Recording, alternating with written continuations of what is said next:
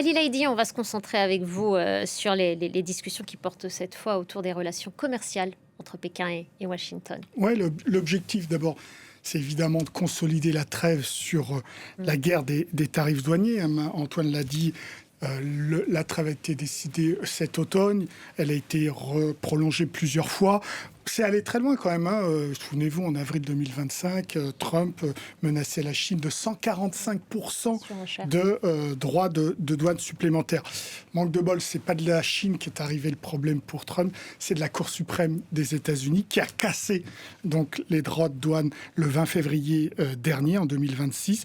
Donc aujourd'hui, on va dire que la moyenne, d'après le Peterson Institute, des droits de douane sont d'environ 47% de droits de douane américains pour les produits chinois qui arrivent aux États-Unis et 30% de droits de douane de produits américains qui arrivent en Chine. Mais c'est encore beaucoup trop. Quand on sait qu'avant ce nouveau monde qu'on affronte, on était à peu près allé en moyenne à 3% de droits de douane sur les produits. Donc il y a encore beaucoup de progrès à faire entre la Chine et les États-Unis. D'autant que les États-Unis ont continué à lancer des enquêtes, là, ciblées par produit, qui leur permettraient, devant le Congrès américain, de justifier, là encore, des droits de douane supplémentaires.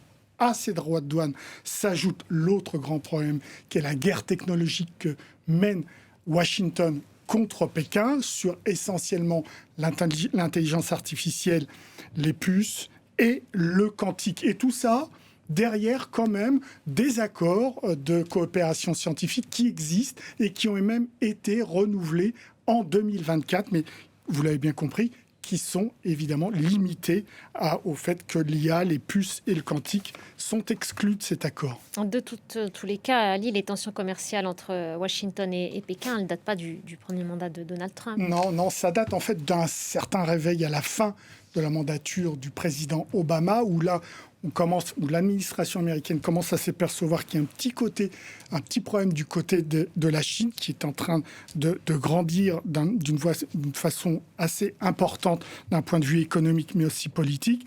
Donc Trump, va prendre le relais des premières mesures de Obama. Biden va consolider. Donc, il ne veut pas revenir sur les mesures de Trump 1. Au contraire, il va les consolider. Et évidemment, Trump 2 va encore aller plus loin dans cette guerre économique menée entre la Chine et les États-Unis.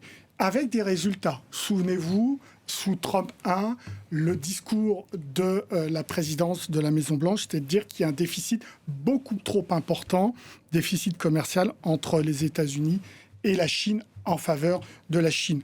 À l'époque, en effet, le déficit était d'environ, un peu plus même, 400 milliards de dollars. Eh bien aujourd'hui, ce déficit entre la Chine et les États-Unis a été réduit, toujours au bénéfice de Pékin, à 200 milliards de dollars, donc la moitié. Donc la guerre commerciale menée par Trump a des résultats. Et quelles sont les pistes d'accord et de désaccord entre les deux grandes puissances ? Bon, très clairement, du point de vue des États-Unis, la stratégie, c'est de ne plus privilégier le marché.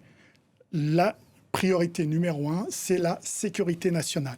Et il se trouve que les Américains font le lien très clair entre sécurité économique égale sécurité nationale. Donc, on va vers un découplage sur les secteurs stratégiques que je vous ai cités notamment. Mais pour autant, ça ne signifie pas qu'il ne faut pas que ces deux grandes puissances aient des relations. Ces relations, elles existeront demain, mais en effet, aujourd'hui, la Chine, c'est devenu le troisième client les États-Unis, c'est devenu le troisième client de la Chine, loin derrière l'Union européenne et l'Asie du Sud-Est. Donc, qu'est-ce qu'on peut espérer ? D'abord, on parle d'une création d'un bureau du commerce, voire même d'un bureau de l'investissement entre Washington et Pékin. Donc, en gros, la formation d'un G2 économique entre les deux pays. Et puis, évidemment, tout ça, il faut des preuves dans l'amour, des preuves d'amour. Ça sera peut-être des bonnes signatures de contrats. Et on parle notamment d'un contrat gigantesque, historique de la part de Boeing, où Boeing pourrait vendre 600 avions, pourrait signer la vente de 600 avions là dans les prochains jours. Il faut dire que Boeing a énormément de retard sur l'européen Airbus, puisque depuis 2017, Boeing n'a livré que 556 avions contre 1200 avions livrés par Airbus. On devrait normalement aussi avoir une conclusion sur la vente des puces intelligence artificielle NVIDIA, donc américaine, du côté de la Chine. Vous savez que ça a été une guerre, les Américains ne voulant pas vendre ce genre de puces, les fameuses puces H200.